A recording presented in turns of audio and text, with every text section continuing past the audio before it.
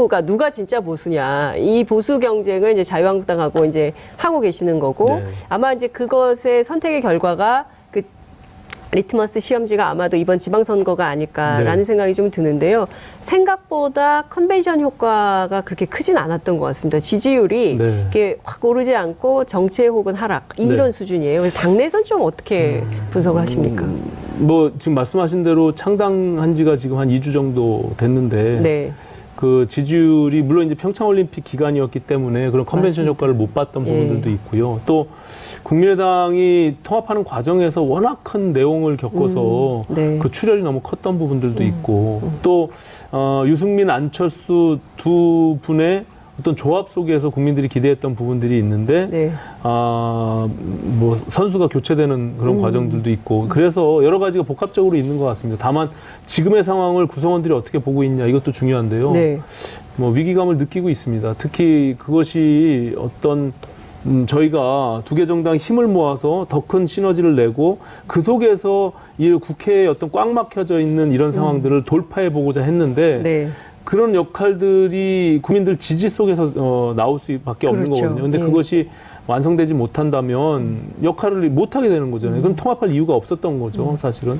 그래서 이제 그런 위기감 속에서 지금 대책들을 논의하고 있고요. 네. 다만 조금 뭐 서로 위안이 되는 것은 어쨌든 우리가 지방선거에서 아주 큰 뭐 욕심을 내서 그것만을 위해서 통합했던 것은 아니거든요. 그래서 우리가 긴 호흡으로 가자. 그리고 우리가 국민들은 분명히 지켜볼 것이다. 우리가 우리의 맞습니다. 정체성과 비전과 정책을 명확하게 하면서 그 길로 가자라는 기본적인 컨센서스는 있습니다. 그래서 흔들림 없이 갈 때 이것은 분명히 국민들이 알아주실 것이다. 이런 생각들을 갖고 있습니다. 굉장히 중요한 포인트라고 생각합니다. 옛날 같지 않아서요. 지난 여름에 그 정치인이 무슨 일을 했는가를 다 기억을 하고 있어요. 예. 국민들이. 그리고 다 소환합니다. 무섭습니다. 정말 무서운 시대. 옛날에는 뉴미디어가 발달하지 않았기 때문에 네. 신문밖에 없고 이 방송 훅 지나가면 끝이고 네. 기록이 없고 이래서 몰랐는데 이제 다 남아있거든요. 그래서 말씀하신 대로 정체성, 비전, 정책 그리고 이 당이 무엇을 하려고 하는 정당인가를 네. 보고 결정을 할 거다. 국민들이. 네. 저는 이제 그렇게 보는데요. 네, 네. 자, 안철수 대표 서울시장 출마하십니까? 뭐 저 개인적인 제 생각에는 하시지 않을까 이렇게 생각을 합니다. 예, 이제 결정을 하실 거라고 판단이 되고요. 예. 또 당의 입장에서도 지금 이렇게 아까 말씀하신 대로 통합에 어떤 큰 기대를 했었는데 네. 조금은 저조한 부분들 속에서 돌파구를 또 찾아야 되고 또 안철수 대표께서 어떤 희생도 당이 원한다면 감수하겠다라고 판단하셨고 뭐 그런 역할들을 해주시면 조금 도움이 되지 않을까라는 생각도 있고요. 네. 또 본인께서도 뭐 그것을 완전 배제하고 있는 거라고 저는 생각하지 않기 때문에 네. 아마도 물론 이제 출마 선언을 언제 할지는 모르겠으나 네. 마음의 준비가 되지 않았을까 저는 이렇게 생각합니다. 그렇군요. 지금 유럽 가 계셨. 네. 언제 오세요? 토요일 날 귀국한다고 들었습니다. 내일 모레 오시네요. 네네. 그럼 다음 주에 출마 선언 바로 하실 것 같지는 않아요. 그것까지는 제가. 네. 그것까지는. 네. 예. 그 김성태 원내대표가 네. 오늘 한 언론하고 인터뷰를 했는데요. 네. 좌파 정부를 견제할 힘은 보수 결집이다. 중도 보수를 지향하는 바른미래당과 실질적 연대와 협력을 해나가겠다. 우리 당이 그동안 너무 수구 오른쪽에 치우쳐져 있다면 이제 중도 보수, 가운데로 무게중심을 확실히 옮겨야 하고 실질적으로 바른미래당과의 정책 연대를 포함한 폭넓은 연대를 할 거다라고 얘기를 했습니다. 그 방향성에 대한 문제는 네. 말로 해서 되는 게 아니거든요. 사실은. 그리고 또 제가 예를 들어서 저희가 마지막에 바른정당이 9명의 의원들이 남았을 때 네. 유승민을 포함한 그 9명이 그 당시에 자유한국당으로 들어간다고 해서 과연 국민들이 뭐 그것을 받아들여 줄까라고 생각해 보면 그리고 또 자유한국당이 그 속에서 개혁이 일어날까 그 개혁된 모습 뭔가 어떻게 변화된 모습을 국민들이 그럼 이해하고 받아들여 줄까 생각하면 저는 아니라고 판단을 해서 끝까지 남았던 거거든요. 저는 바깥에서 소위 이 개혁 보수의 이 과정들을 아주 치열하게 걸어가면서 그 속에서 자유한국당을 변화시킬 수 있는 그 힘을 외부에서 가질 수밖에 없다는 판단이 있었습니다. 그 안에서도 해봤을 때 안 됐기 때문에 그렇기 때문에 김성태 원내대표께서 얘기하는 그냥 뭐 말로써 중도 보수의 길을 가겠다, 방향이 너무 수구적이었다, 뭐 이런 것들은 저는 그 국민들이 그렇게 감동을 받지 않을 것이다. 실제 그런 것이 정말 마음속에서 우러난다면 노선이나 정책이나 방향이나 행동이 모든 것들이 바뀌어야 됩니다. 말도. 자유한국당. 예, 홍준표 대표 계시면 예, 홍준표 대표가 일단 영수회담 받아들이고요. 예, 좀 다른 모습을 보여야죠. 말로만 할 게 아니라 예. 행동으로 나서라. 그럼요. 예, 그래야죠. 예. 예, 알겠습니다. 말로만 하고 행동을 하지 않는 보수를 국민은 믿지 않죠.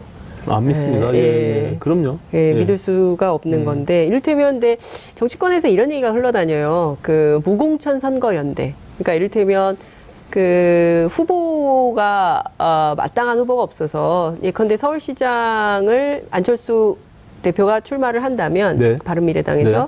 그러면 자유한국당이 후보를 안 내고 그리고 경기지사 남경필 지사 나온다고 하니 바른미래당에서 후보를 안 내고 뭐 이런 식의 무공천 선거연대를 할 거다라는 그 분석이 있는데 그건 어떻게 보세요? 일단은 원내수석으로서. 그 아까 말씀하신 네. 김성태 원내대표가 예. 보수가 좀 힘을 모아야 된다, 예. 뭐 연대를 해야 된다라고 말씀하신 것은 그만큼 위기감을 느끼고 있는 것이고요. 또 실제 저희도 그렇지만 자유한국당도 이 후보를 과거 같지 않고 네. 좋은 후보를 찾기가 어려운 거죠. 예, 그렇기 때문에 지금 장 기자님 말씀하신 대로 모든 후보를 다 낼 수 없는 상황이 발생할 수도 있어요. 실제로. 그렇게 됐을 때는 후보를 낼 수 없는 상황. 예. 결과적으로 그렇게 되면 그냥 지금 말씀하신 대로 무공천 연대가 되는 그런 모양이 되는데 예. 실제로 당과 당이 그것을 염두에 두고 무공천 연대 아니면은 정말 선거 연대는 제가 봐선 불가능합니다. 우리 바른미래당은 그럴 생각이 전혀 없고 네. 최선의 후보들을 잘 찾아서 우리가 선거를 치러내려고 하고요. 제가 아까 말씀드린 대로 지방선거에서의 결과도 물론 무시할 수는 없지만 네. 거기서 유의미한 선거 결과를 내고 그 다음에 긴 호흡으로 저희가 가고자 하는 뜻이 있기 때문에 일시적으로 지금 자유한국당과 결합해서 뭔가 선거를 이기고자 하는 그런 어떤 합종연행은 저희는 옳지 않다라고 판단하고 있습니다. 예. 와, 여러분 어떠십니까? 그 오신환 의원님 말씀 딱 들어보니까 개념 정리가 되는 것 같아요. 바른미래당이 어떠한 보수 정치의 길을 가려고 하는가. 네. 그러니까 이를테면 이 국민들한테는 스토리텔링이 굉장히 중요하거든요. 네. 그러니까 뭐 어떻게 해왔고 앞서 이제 9명의 의원이 남아 있음에도 불구하고 가지 않고 여기 남았던 이유가 있다. 이제 네. 그 말씀을 지방선거 이후에 이제 보수 정치의 전략. 그러니까 앞으로 어떤 보수 정치를 할 거냐에 대한 비전을 가지고 뭉친 세력이다. 네. 이런 말씀 주셨는데요. 영남권을 어떻게 해야 됩니까? 지금 그 홍준표 대표는 TK 그러니까 특히 대구시장에서 수성하지 못하면 우리는 뭐 문 닫아야 된다. 네. 이런 얘기도 했거든요. 문 닫게 만들어야죠. 예, 그러면 방법이 없잖아요. 바른미래당이 예. 자유한국당을 예. 대구의 시장 선거로 문 닫게 하겠다. 저희가 좋은 후보를 찾아서 예. 대구시장 후보를 낼 것이고요. 예. 이제 17개 시도 광역에 다 후보를 내려고 지금 저희가 준비를 하고 있고요. 예.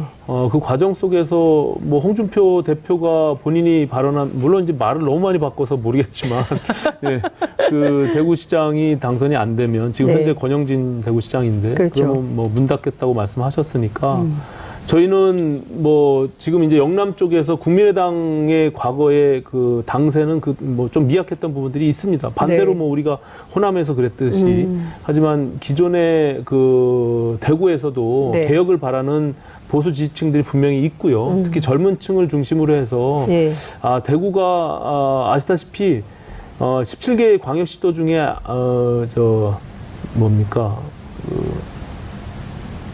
그 지역 발전, 네. 개발 네. 성장률, 맞아요. 성장률 자체가 최하위입니다. 최하위, 이번에 예. 2016년도 기준으로 마이너스 성장률을 보인 예. 유일한 지자체거든요. 맞아요. 예. 그것이 어찌 보면 고여 있기 때문에 그래요. 어느 한 정당이 깃발만 꽂으면 무조건 당선되는 그런 지역은 그 지역에 일하는 일꾼들, 정치인들이 아무 일도 안 해도 그냥 당선되니까 네. 사람이라는 것이 그렇지 않겠습니까? 네. 경쟁을 해야 맞아요. 자기가 무언가를 해서 성과를 내려고 할 텐데 그냥 뭐 아무 일도 안 하다가 선거 때 잠깐 나타나서 깃발 꽂으면 당선되고 그 지역이 발전이 더디 갈 수밖에 없는 것이죠. 그렇기 때문에 그것은 대구 시민들도 뼈저리게 느끼고 있다고 생각하고요. 그런 변화 속에서 요번에 그런 계기가 만들어지지 않을까 저는 그렇게 희망적으로 생각합니다.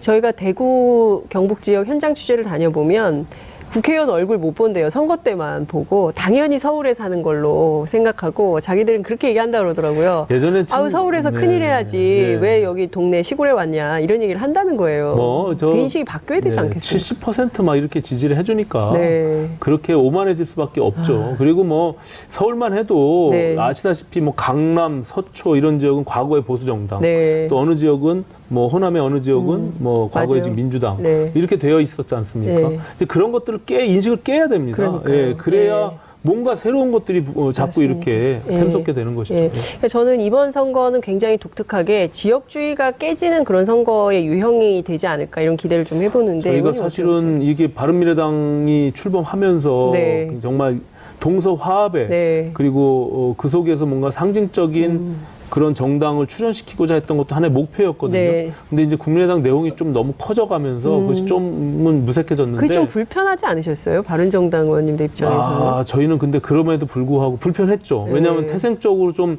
다른 출발선상에 있었고 그렇죠. 잘 예. 안 맞고 예. 이런 부분들이 분명히 있는데 예. 그럼에도 불구하고 지금의 이 정치 구조를 깨고자 하는 의지들이 분명히 있었어요. 내부적으로. 그럼에도 우리가 한번 가야 될 길이다. 네. 그 속에서 한번 우리가 도전해보자 이런 예. 생각이 있었기 때문에 조금은 양보하면서 맞추려고 많이 노력을 했죠. 네. 예, 예.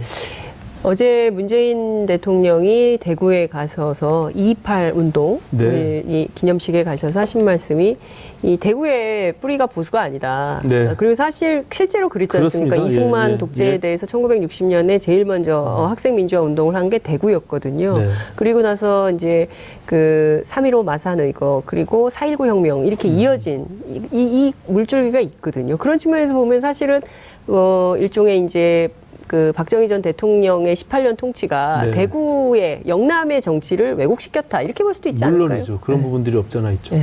이 정치권 자체가 만들어놓은 하나의 구도예요. 네, 정치권들이 이용해 먹은 여지껏의 구도기 때문에 네. 이제 국민들이 그걸 알죠.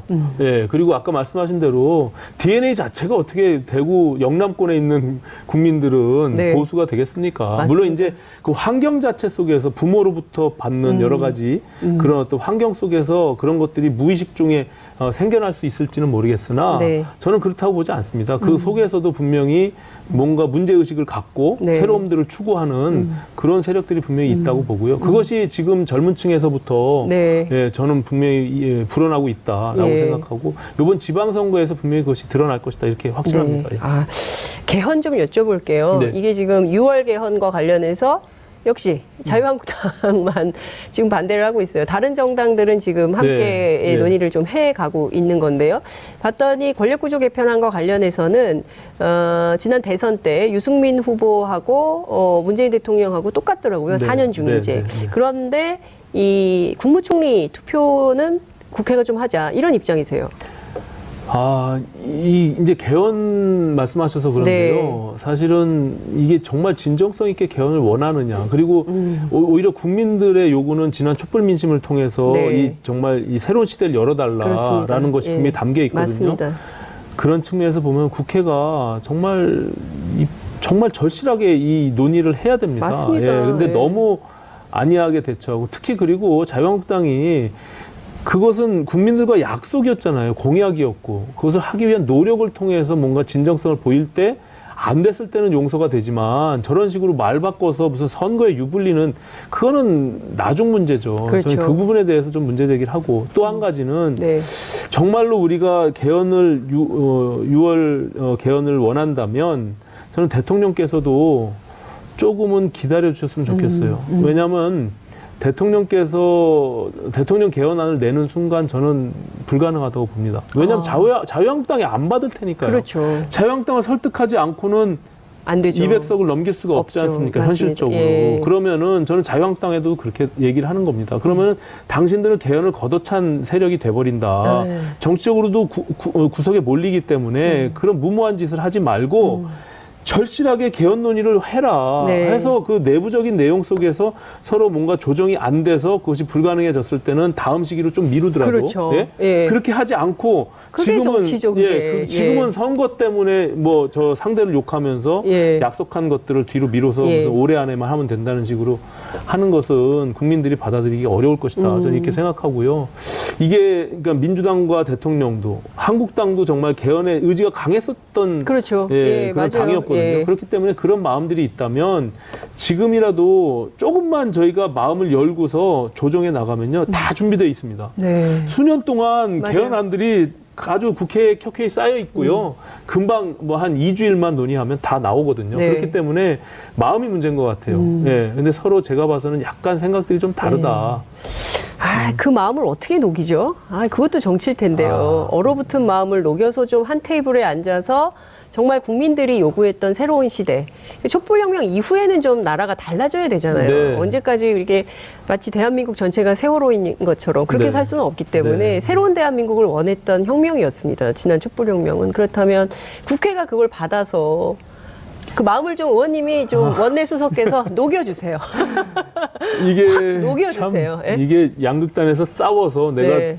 저쪽을 패배시켜야만 내가 이긴다. 그러니까요. 이런 그런 논리 때문에 안 되지 않나라는 생각이 좀 그거를 듭니다. 좀 바꿔야 예. 됩니다. 예.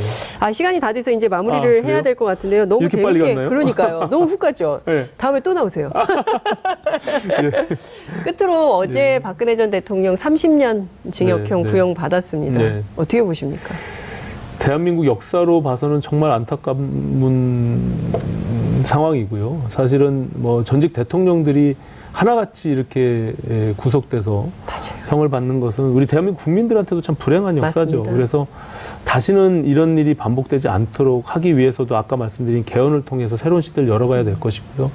대통령께서는 오랜 기간 뭐 감옥에 계시면서 많은 생각들이 있었을 겁니다. 이제 정말 마음 다해서 국민들께 사죄하고 그 벌을 받는 것이 저는 국민들께 할 도리다, 마지막 도리다라고 생각을 합니다. 예. 네. 벌을 달게 받는 것이 국민들께 대한 마지막 도리다. 네, 네. 이런 말씀 마무리하고요. 네. 의원님 아무래도 한 번 더 나오셔야 될 것 같아요. 저는 곧 될 것 같아요.